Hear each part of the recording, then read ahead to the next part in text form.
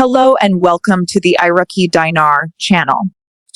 Today's update brings a narrative that has been building for many years, and yet the signals we are now seeing appear sharper, clearer, and more coordinated than ever before. For so long, the conversation surrounding the Iraqi Dinar and the Vietnamese Dong has been filled with speculation, endless debates, cycled rumors that left many uncertain and cautious. But what is happening at this moment carries a distinctly different tone. The flow of information is no longer vague or clouded by unverified chatter. Instead, it is unusually precise, with details that point to actual, real-world preparations. The kind of preparations that move this conversation out of the realm of wishful thinking and into the arena of deliberate planning. What we are seeing is a story that involves coordination between governments, financial institutions, and global organizations, creating the impression that the long-awaited rollout is entering a stage that can be observed more clearly, a stage where actions speak louder than theories. Unfolding developments suggest a shift in the landscape that cannot be dismissed as coincidence. They reveal purposeful movements that align with what many have been anticipating for years. The most striking and captivating piece of information making its way through these reports is the suggested exchange rate figures tied to both the Iraqi Dinar and the Vietnamese Dong. For years, countless people have speculated on what a future rate might look like, with hopeful numbers being circulated but never truly substantiated. The discussions often stayed within the boundaries of modest gains, ideas that carried excitement but lacked the weight of credible backing.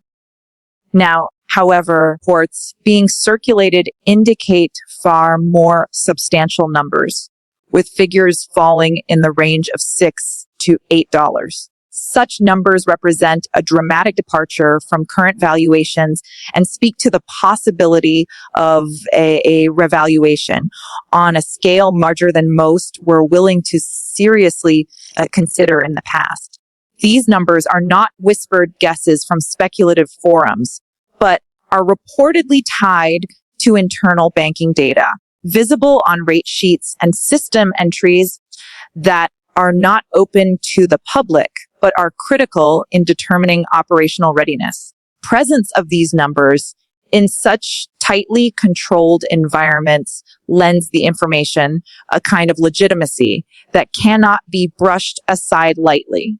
When we consider what this means, it becomes clear that the conversation is no longer limited to what people hope might happen someday, but has shifted to what might already be happening in the background. Information tied directly to internal systems suggests that the financial sector is not merely entertaining the possibility, but is actively preparing for it. This is where the story begins to move beyond rumor and enters into the space of credible anticipation. Simple fact that such specific numbers are being circulated internally signals serious behind the scenes activity. It implies that there is a structured process being laid out, one that involves careful coordination and readiness across multiple points of operation.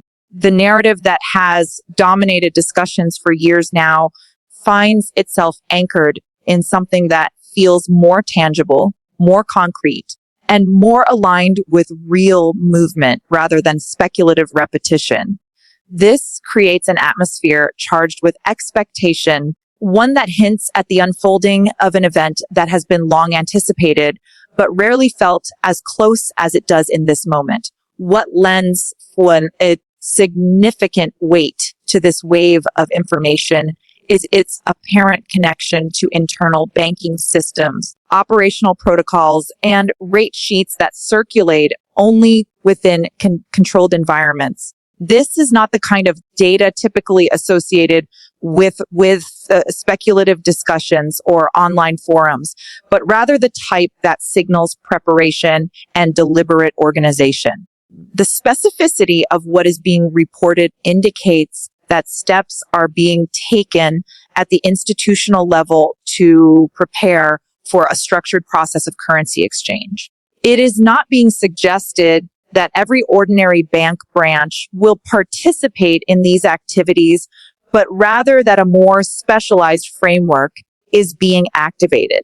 The reports point to redemption centers designed specifically to handle the complexity and sheer volume of such exchanges. These centers are said to be staffed with trained personnel operating with extended schedules that include late hours and weekends, which is highly unusual for financial institutions unless there is a pressing directive driving such arrangements. This operational readiness forms a critical backdrop to the broader global moves being observed. In Iraq, under the leadership of Prime Minister Mohammed Shia al-Sudani, the government has taken concrete steps to demonstrate long-term stability and confidence by granting the central bank authority to fund infrastructure projects extending well beyond typical budgetary cycles. This reflects not only a commitment to domestic progress, but also a signal to the international community that Iraq is pursuing policies rooted in sustainability and growth. On the other side of Asia, Vietnam is advancing with deliberate strategies that mirror Iraq's trajectory. Its economy, fueled by robust manufacturing and increased foreign investment, is showing strength that naturally supports a stronger currency. Together, these parallel movements paint a picture of two nations deliberately positioning themselves for a significant shift in their financial outlook. Both Iraq and Vietnam are taking bold steps into the realm of digital transformation with initiatives that go far beyond symbolic modernization.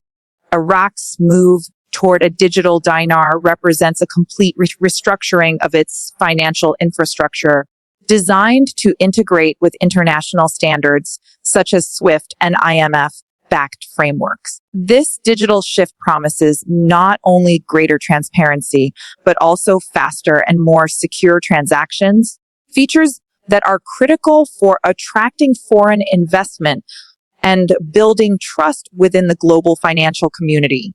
Similarly, Vietnam's exploration of a digital dong shows a deliberate effort to align with the expectations of international markets. Reports of partnerships with digital wallet providers and trials of cross-border payment systems highlight the seriousness of Vietnam's intention to modernize its monetary ecosystem. Steps suggest that both nations are not merely preparing for a change in value, but also laying the groundwork to sustain it through modernized systems that meet the demands of a globalized financial environment. At the same time, reports from the United States indicate that redemption centers are not only prepared, but are actively updating their protocols, manuals, internal data.